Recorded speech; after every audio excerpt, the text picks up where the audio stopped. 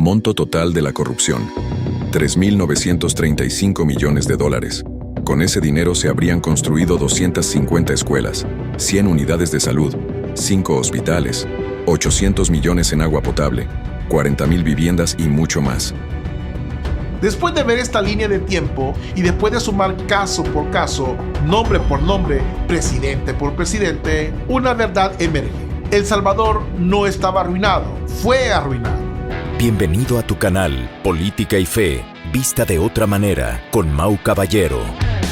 Suscríbete, comparte y da clic a la campanita para notificaciones de nuevo contenido. Hoy te voy a contar una historia que la vieja clase política de este país preferiría enterrar junto con sus trajes caros y sus promesas de campaña. Una historia de bancos privatizados a la medida del cliente. Medicinas enterradas como si fueran basura tóxica. Hospitales fantasmas que solo existen en papeles y pozos de agua construidos casualmente en propiedades privadas. Contratos millonarios con más letra chiquitita que transparencia. Y presidentes que no es broma, se fueron con los bolsillos llenos y la frente en alto sin rendir cuentas a nadie. Esta, mis amigos, es una historia que costó $3.935 millones. Sí, casi 4.000 millones. No es un error de cálculo, es la factura del saqueo. Un saqueo sistemático que transformó a El Salvador en un botín de guerra, repartido entre unas cuantas familias y un partido que se aferró al poder por 2 décadas. Mientras la mayoría veía pasar la justicia como quien ve pasar un bus que nunca para. Hoy, en este video, te invito a recorrer la era de la impunidad, gobierno por gobierno, caso por caso, siguiendo la huella de la corrupción. Todo documentado en este pequeño video, donde la corrupción del Partido Arena, en este archivo que revela que durante décadas se escondió bajo los discursos de libertad, democracia y la eterna mano dura. Y al final te garantizo vas a entender por qué después de conocer todo esto, El Salvador jamás volverá a ser gobernado por los mismos de siempre. Damos inicio.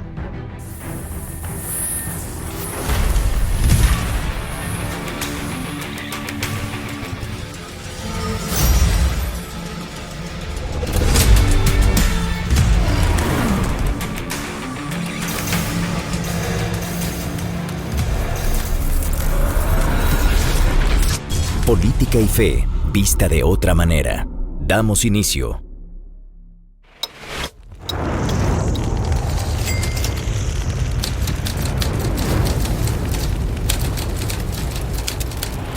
Esta es la historia del saqueo más grande de El Salvador. La gran jugada, el saneamiento y privatización de los bancos estatales. Según el documento, en 1989, algunos empresarios, sí, los mismos apellidos de siempre, íntimos de Arena, debían alrededor de 3.525 millones de colones, equivalente a unos $705 millones, a bancos estatales que ellos mismos llevaron a la quiebra. Cristiani llega y, como por arte de magia, se aprueba una ley para perdonar esas deudas. Pero claro, eso era solo el abrebocas. Se crea el FOSAFI, un fondo pagado con dinero de todos para limpiar esos bancos.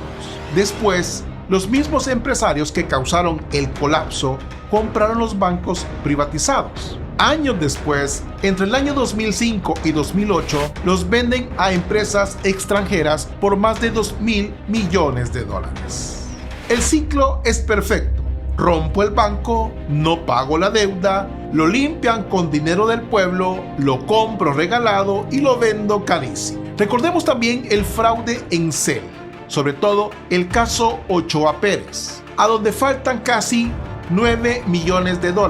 Esto fue allá en el año de 1991. La institución saqueada, se recuerda, fue la CEL.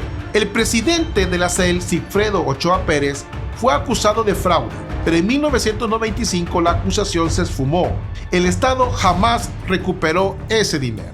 También las medicinas enterradas entre el año 2009 y 2010, se descubrieron más de 445 toneladas de medicinas vencidas, muchas desde 1992 enterradas en terrenos del Estado. El truco: crear escasez artificial para que las farmacéuticas ligadas a expresidentes vendieran más caro. El valor perdido en medicamentos fue de casi 17 millones de dólares, más los costos de destrucción. ¿Cuántos fueron procesados? Ninguno. Recordemos también la malversación en ingenios de azúcar, la falta de 15 millones de dólares en instituciones como Inazúcar, el MAG y Corsaín. Este caso se evaporó, sin capturas, sin juicio y sin verdad. Cristiani termina su periodo con 4 casos documentados, 0 responsables y más de 746 millones de dólares perdidos. Recordemos también el robo en el Instituto Salvadoreño del Seguro Social, el caso Romeo Majano, auditorías con pruebas, fraude, medicamentos pagados a empresas fantasmas, desvíos de fondos. ¿Cuánto fue el monto? 2,4 millones de dólares. Majano huyó y los demás liberados. ¿Por qué? Por falta de pruebas. Recordemos también la malversación en el FIS. El Fondo de Inversión Social pagó indemnizaciones infladas, aumentos ilegales y recontrató el mismo día a funcionarios que renunciaron. El monto, 2.1 millones. Resultado: nadie procesado. ¿Cómo poder olvidar también el robo en correo de El Salvador? Un caso que cruzó 3 gobiernos. Dañó más de 1.5 millones en condenas mínimas de 1 a 3 años, para uno de los saqueos más descarados. Acordémonos también del caso Fincepro-Incepro, uno de los fraudes financieros más grandes antes del escándalo Enel. 146 millones de dólares en depósitos ilegales. El Estado tuvo que poner 80.5 millones para devolver a los ahorrantes. El responsable, Roberto Matis Gil, capturado, pero salió libre poco después. ¿Cómo olvidar el desvío de ayuda del huracán Mitch? Los fondos internacionales para familias afectadas fueron desviados a una asociación de expatrulleros para apoyar la campaña de Arena con un monto de 1.1 millones, y el resultado fue que no hubo investigación y tampoco hubo juicio.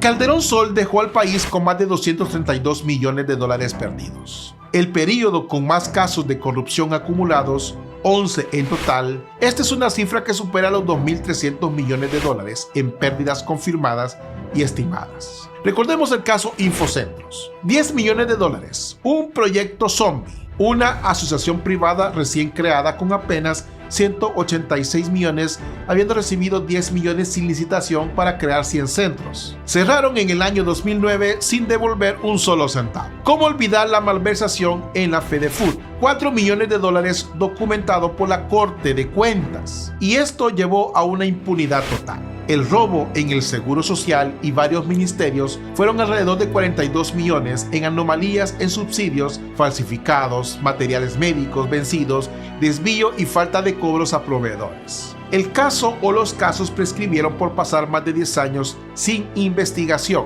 Aparte de esto, hablemos de la evasión de impuestos del ministro de Economía, 40.2 millones. Miguel Lacayo permitió importaciones sin aranceles para su propia empresa de baterías. La Corte Suprema declaró la maniobra inconstitucional. ¿Cuáles fueron las consecuencias penales? ¿Tú qué crees?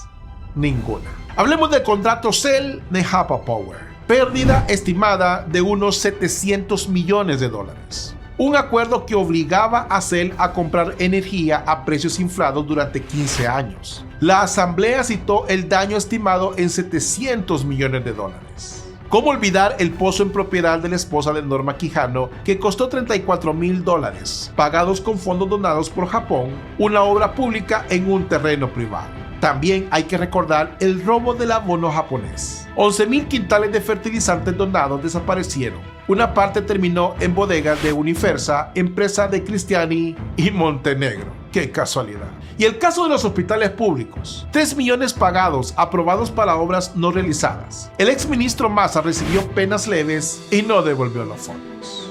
El caso CEL y Enel. Más de 2.107 millones de dólares. El más grande, un contrato que permitía a Enel apropiarse del ajeo con cada inversión. La asamblea lo declaró ilegal y pidió acciones judiciales. El daño estimado fue de más de $2.000 millones y los embargos a múltiples funcionarios.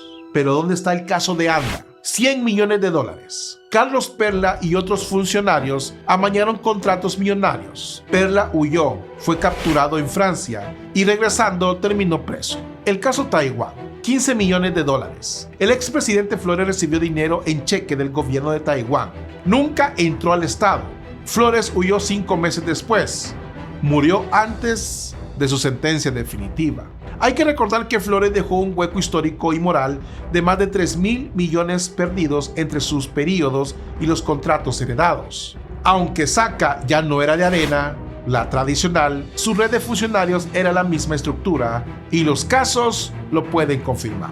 Irregularidades en caminos rurales, $40 millones, contratos inflados, mala supervisión y obras totalmente inconclusas. El hospital de maternidad, 28.4 millones perdidos, fondos del Banco Mundial que desaparecieron. Hubo que endeudarse nuevamente para completar la obra. El caso Luis Cardenal, por ejemplo, más de $24.000. Un ministro beneficiado a su propia empresa con fondos donados por la Unión Europea. El robo en el Centro Nacional de Registro de más de $1 millón en el proyecto Chambita Medidor, donde se encontraron irregularidades en contratos y salarios. ¿Cómo olvidar la Boulevard Diego de Holguín? Con $65.8 millones. Una de las obras más polémicas de la historia. Las empresas cobrando por trabajos no realizados, anticipos inflados y intermediarios desde luego políticos. Hablemos de las plazas fantasmas. $700.000 a 29 funcionarios que cobraban el dinero sin trabajar. Montos de hasta $3.400 mensuales. El robo en el ISSSTA, aproximadamente de más de $61.000. Tierras destinadas a campesinos fueron entregadas a guardaespaldas y empleados. 3 directores del ISSSTA finalmente fueron condenados. Saca heredó y amplificó un Estado capturado por intereses privados. Monto total de la corrupción: $3.935 millones. Con ese dinero se habrían construido 250 escuelas, 100 unidades de salud, 5 hospitales, 800 millones en agua potable, 40.000 viviendas y mucho más. Después de ver esta línea de tiempo y después de sumar caso por caso, nombre por nombre, presidente por presidente, una verdad emerge. El Salvador no estaba arruinado, fue arruinado. No era pobreza, era saqueo. No era incapacidad, era corrupción. No era destino, era un sistema hecho para robar. Por eso durante décadas no hubo policías suficientes, no había hospitales decentes, no habían medicinas y no había infraestructura. Porque el dinero nunca llegaba a la gente, porque se quedaba en las mismas manos de siempre.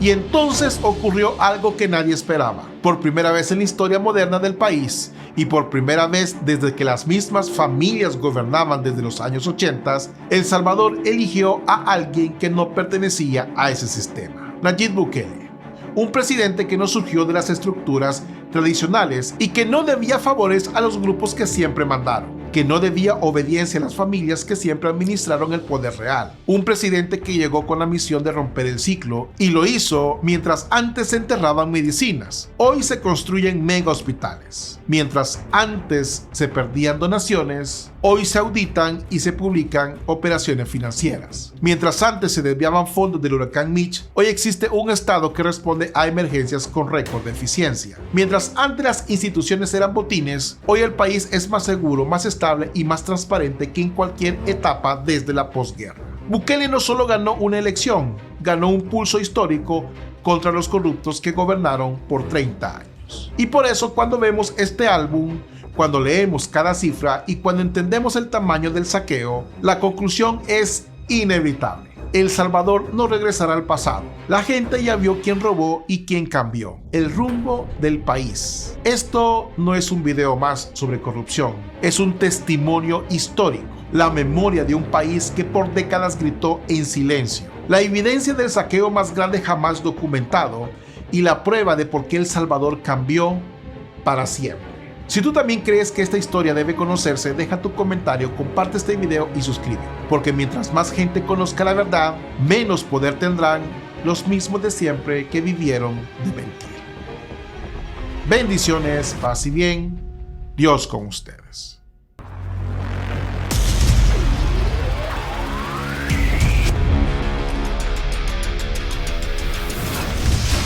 Política y Fe, vista de otra manera.